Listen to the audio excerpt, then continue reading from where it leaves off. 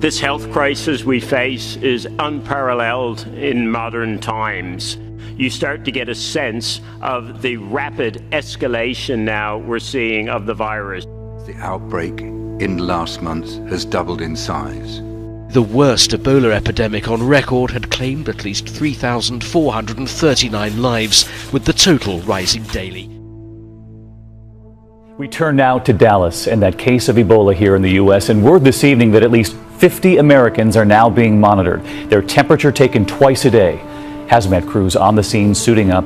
And look at that home there. As the camera pulls out tonight, you'll be able to see around that dense apartment complex. Homes really as far as the eye can see, a packed neighborhood there.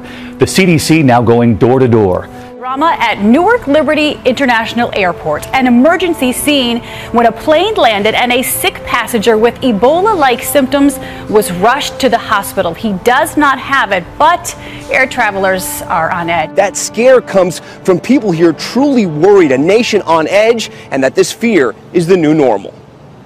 This morning, fears on flights running high after this scare in the air at Newark Airport. An airline passenger showing signs of Ebola mid-flight. We knew something was really wrong with when they said the CDC was here. One passenger snapping this photo as Homeland Security entered the cabin. It may be the new norm when somebody shows signs of an illness that could be consonant with Ebola. And we are tracking the concerns about another deadly risk, enterovirus. It has spread from 12 to 42 states in just 3 weeks. A mysterious respiratory disease known as enterovirus D68, afflicting children in 43 states right now.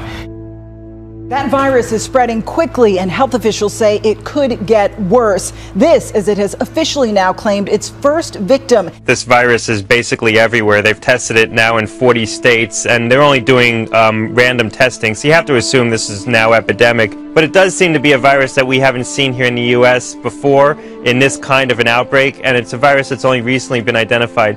So we have the Ebola virus in Africa, and we now have this virus. What's going on? Well, the world is flat. We don't know exactly why there was a dramatic spread this year, but something is happening now. We have multiple viruses, and together with global climate change, things are changing in the virus world, and we have to pay attention. Violence on the streets of Hong Kong following a cry for democracy. It's the worst unrest the city's seen since 1997. Extraordinary scenes of defiance in the middle of the night. A church congregation barricading themselves in from hundreds of riot police. It's happening in Wenzhou. A paper trail is emerging of warnings about the growing threat of ISIS as far back as last winter.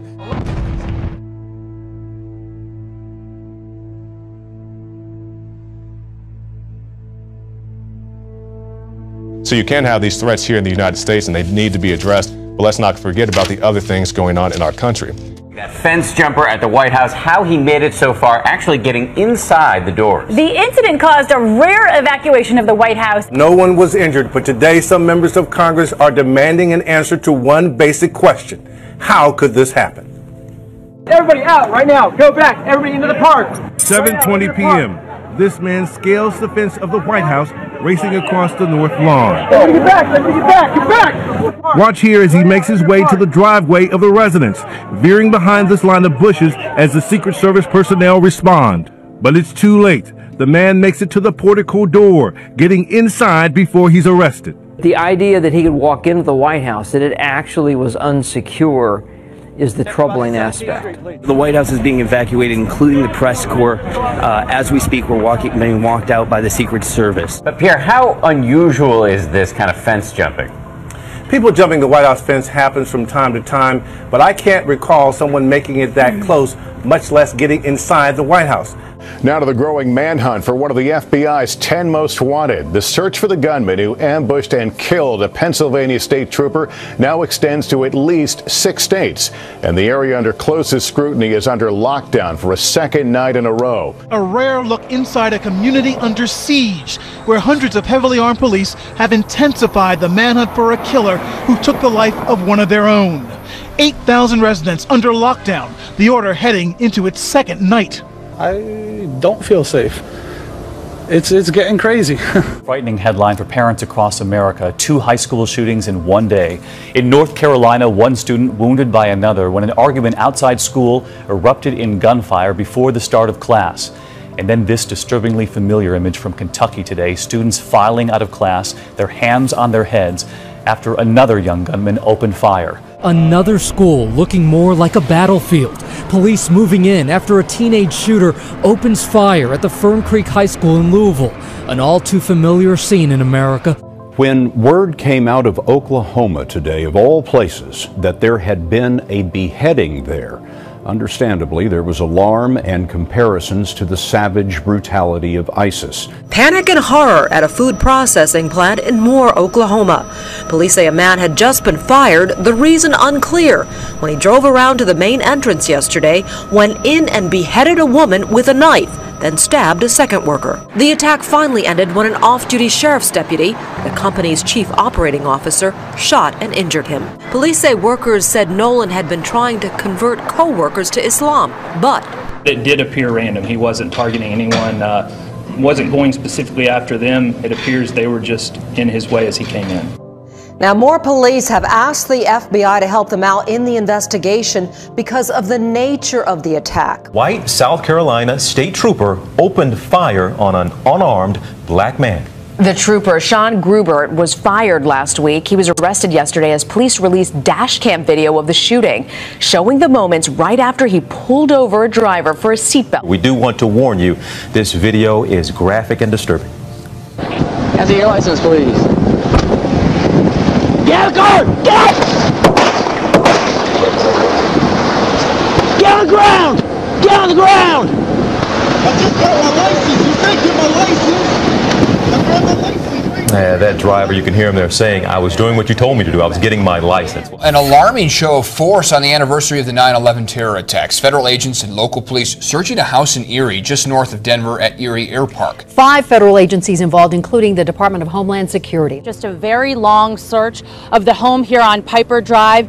Erie police have been blocking the road. They are checking IDs and only letting residents through. This is a huge operation, especially earlier on today. It involves Homeland Security, the FBI, the ATF, the Diplomatic Security Service. We still don't know exactly what is going on out here. Erie PD is not talking, and I just checked back with Homeland Security, and nothing new from them. This has obviously a lot of neighbors out here concerned. One woman who has been watching all this since the morning says with the lack of information, she's still wondering if there's any threat to her family.